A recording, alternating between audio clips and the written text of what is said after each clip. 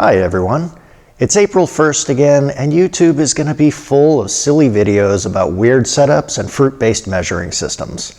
But not from me. I'm not that guy.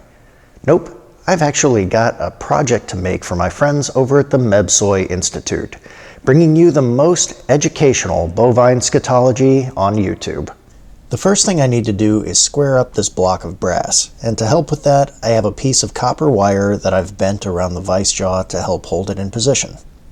Since the wire is round and soft, it ensures that the opposite side of the part is forced flat against the fixed jaw of the vise, which means the first cut is going to be square to that jaw. I'm also only using one parallel on the fixed jaw side. Material can be somewhat irregular when it comes from the supplier, and quite often only one parallel will be touching anyway, so I want to make sure that it'll be touching on the same side of the vise where the part is most square. To do the initial cutting, I'm going to use the only cutter that makes sense, the Woodruff key cutter, also known as a key seat cutter. These are normally only used for cutting keyways and shafts, either along the entire length or for their namesake Woodruff keys, which are these little half-moon shaped dealios. These cutters tend to be much maligned by machinists, but let me tell you friends, they are so much more than meets the eye. They are quite possibly the king of all cutters. Seriously, it can do almost everything you want in a cutter. It can face mill, it can side mill. I haven't quite figured out how to tap a hole with it yet, but trust me, I'm working on it. As you can see, it's doing a wonderful job on the facing cuts and making short work of squaring up this block.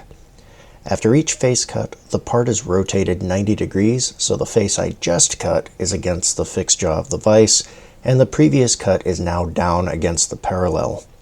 Of course, you have to take care to deburr your edges so they don't mess with how the part sits in the vise. Clean out the chips from the previous cuts, and tap your part down to make sure it's seated against the parallel. By the way, a lot of people get Woodruff key cutters and T-slot cutters confused. Woodruff key cutters have straight teeth that cut both sides of the keyway at the same time.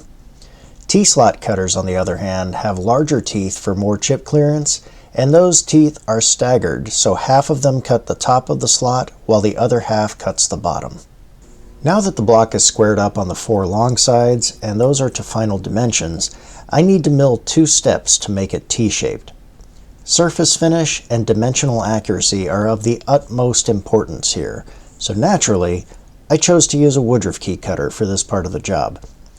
To keep this feature centered, I took a cut that was definitely not deep enough, and then took careful measurements to see how far I needed to go. Of course, the process is the same on the second side. By the way, I ran into a genuine fan out and about in the real world, and I told him I'd give him a shout out in this video. So a big hello to Johnny from PBL. Super nice fella, but he farts like a mule. Thanks for watching, Johnny, but please, get that checked out. I now have the geometry of the part done, but I still need to worry about the ends. I'm not going to cut it to final length yet because on one end I need to cut a 1-inch radius. This needs to be a pretty accurate radius, and the only suitable tool for doing that is the boring head. Of course, you have a lot of options for tools that you can put in the boring head, but I think I'll use the Woodruff key cutter. Regardless of the tool you use, you need to make sure the cutting edge is on the center line of the boring head. Otherwise, the tool could rub, which causes chatter, tool flex, and inconsistent cut depths.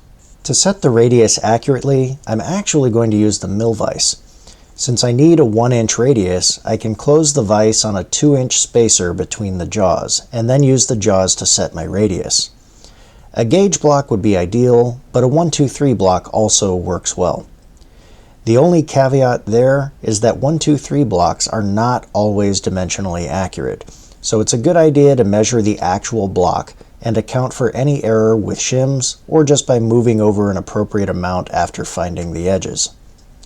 Speaking of which, once the block was in place, I found my edges on both jaws and split the difference between the two readings, which got me right in the center of the space. You could also do this by finding the edge on the fixed jaw and moving over the radius. Either works fine in this application. Next, I set the radius on the boring head with the help of a small piece of my print. I did this by sweeping the cutter past the jaw until it grabbed the paper. You do have to account for the thickness of the paper, either by moving that amount on the boring head or by adding it to the space from the jaw. After I set the radius, I needed to find the center of my part, and for that, I used a Woodruff key cutter. Nah, just kidding. That would be an incredibly silly thing to do. I actually just found the edge on both sides of the part and split the difference, just like I did before. Then I got the machine set for boring by engaging the power down feed gears, setting my feed rate, making sure the quill moved in the correct direction, and then going to town on the part.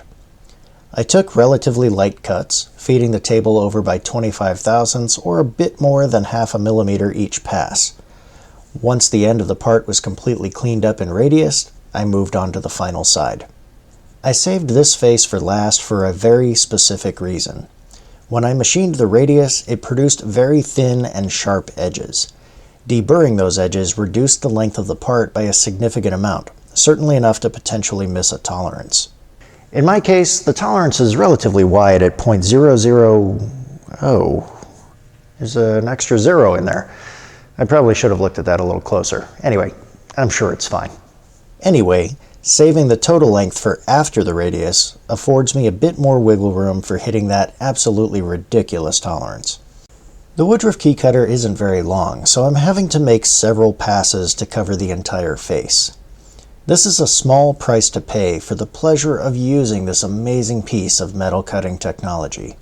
It truly is incomparable, and quite frankly, using one of those end mills solely for the convenience of being able to cut the entire face in one pass is sheer folly.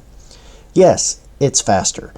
It may leave a better finish, but you'd be missing out on the primal connection between tool, machine, and material that you would get by using a Woodruff key cutter. You'd honestly be selling yourself short, and in the precious blink of an eye that you exist in this vast cosmos, you should never deny yourself a rapturous, decadent experience such as this. And there we are, a finished part.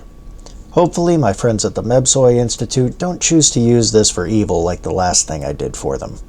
By the way, I did add some relief to the bottom of the cutter so it wouldn't rub on the facing cuts. I'm not actually, as some people might believe, a complete moron. Happy April Fool's Day, everyone, and thanks for watching.